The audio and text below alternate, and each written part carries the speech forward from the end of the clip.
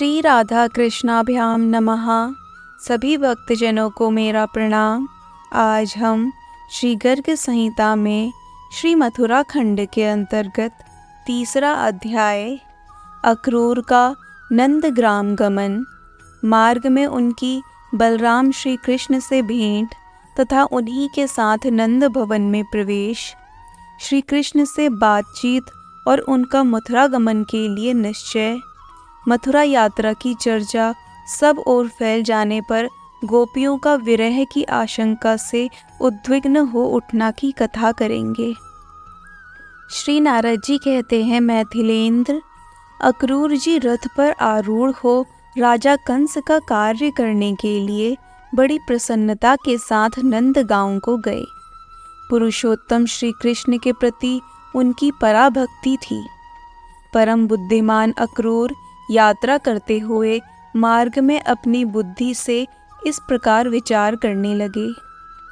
अक्रूर बोले, मैंने भारतवर्ष में कौन सा पुण्य किया, निस्वार्थ भाव से कौन सा दान दिया, कौन सा उत्तम यज्ञ, तीर्थ यात्रा अथवा ब्राह्मणों की शुभ सेवा की है, जिससे आज मैं भगवान परमेश्वर श्री हरि का दर्शन करूँगा।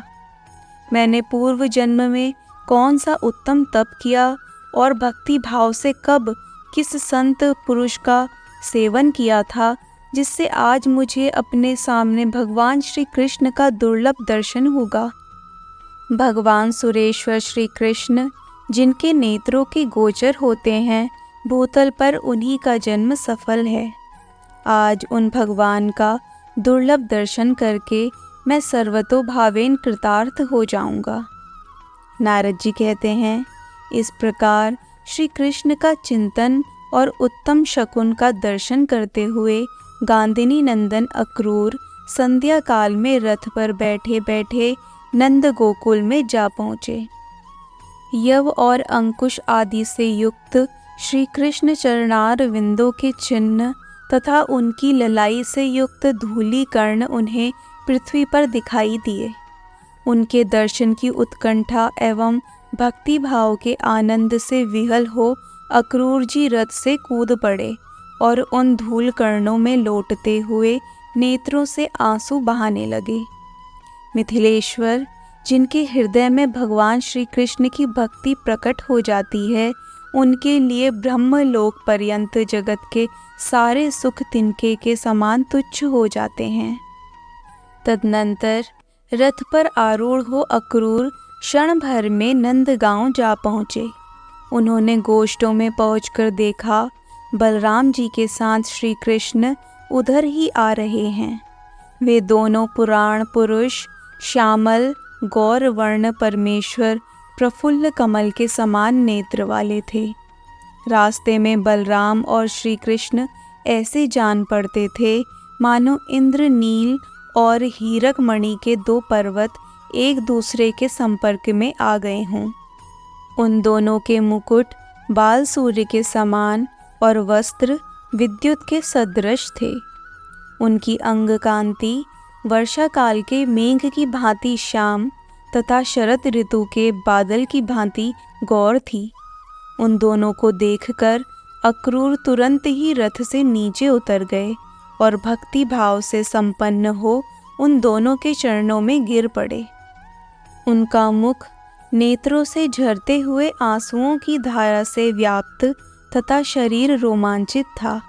उन्हें देखकर परमेश्वर श्री हरि ने दोनों हाथों से उठा लिया और वे माधव दया से द्रवित हो भक्त को हृदय से लगाकर अश्रुओं की वर्षा करने लगे।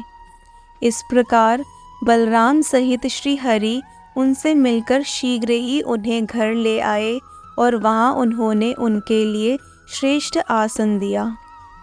अतिथि सत्कार में एक गाय देकर प्रेम पूर्वक सरस भोजन प्रस्तुत किया। नंद ने अक्रूर को दोनों हाथों द्वारा हृदय से लगाकर पूछा, अहो, तुम कंस के राज्य में कैसे जी रहे हो? जिस निर्लज्ज ने अपनी बहन के नन्हे से शिशुओं को मार डाला, वह दूसरे लोगों के प्रति दयालु कैसे होगा? नंद जी जब घर में चले गए, तब श्री हरि ने उनसे माता पिता की सारी कुशल पूछी। इसी प्रकार अपने बंधु बांधव यादवों का समाचार पूछकर कंस की सारी विपरीत बुद्धि के विषय में भी जिज्ञासा की। अक्रूर बोले, देव, परसों की बात है, भोजराज कंस हाथ में तलवार ले वसुदेव को मार डालने के लिए उद्यत हो गया था, किंतु नारद जी ने उसे रोक दिया था। समस्त यादव बंधु बांधव भय से विहल और दुखी हैं।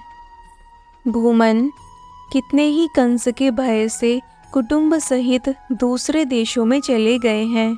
वह आज ही यादवों को मार डालने और देवताओं को जीत लेने के लिए उद्योगशील है। इस पृथ्वी पर बलवान दैत्यराज कंस कुछ और भी करना चाहता है।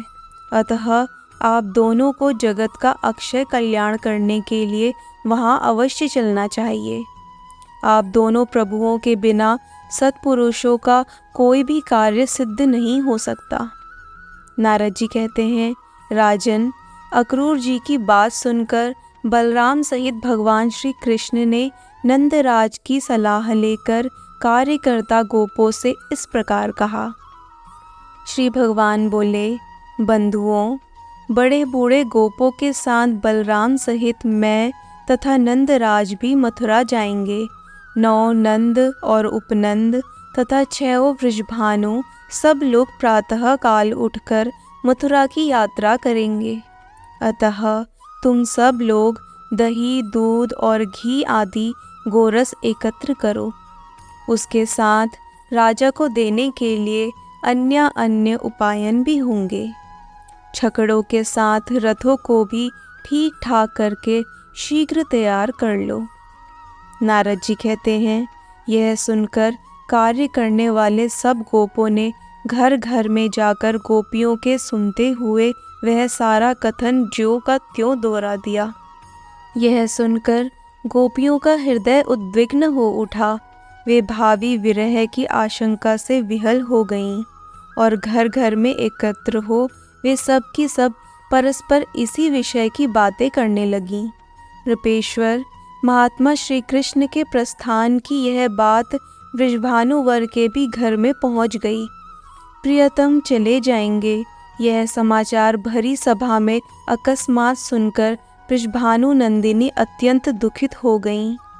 वे हवा की मारी हुई कदली की भांति पृथ्वी पर गिर पड़ीं और मूर्छित हो गईं। किन्हीं गोपियों की मुखश्री अत्यंत मलिन हो गई। हाथ की अंगूठियां कलाइयों के कंगन बन गईं। उनके केशों के बंधन ढीले हो गए और उनमें गुथे हुए फूल शीघ्र ही शिथिल होकर गिर पड़े। वे गोपियां चित्र लिखी सी खड़ी रह गईं। नृपेश्वर, कुछ गोपियां अपने घर में श्री कृष्ण गोविंद हरे मुरारे यो कहती हुई अत्यंत विहल हो गईं और घर के सारे काम काज छोड़कर योगी की भांति ध्यानानंद में मग्न हो गईं। राजन, कुछ गोपियां समर्थ रहीं। वे एकत्र हो एक साथ आपस में इस प्रकार बातें करने लगीं। बात करते समय उनके कंठ गदगद हो गए थे और वाणी लड़खड़ा रही थी।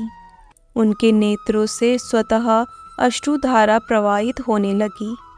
गोपियां बोलीं, अहो, अत्यंत निर्मोही जन का चरित्र बड़ा विचित्र होता है। वह कहने योग्य नहीं है। निर्मोही मनुष्य मुँह से तो कुछ और कहता है, परंतु हृदय में कुछ और ही भाव रखता है। उसके मन की बात तो देवता भी नहीं जानता, फिर मनुष्य कैसे जान सकता है। रास में इन्होंने जो जो बात कही थी उस सब को अधूरी ही छोड़कर वे चले जाने को उद्यत हो गए हैं। अहो, हमारे इन प्राण वल्लभ के मथुरापुरी चले जाने पर हम सबको कौन कौन सा कष्ट नहीं होगा।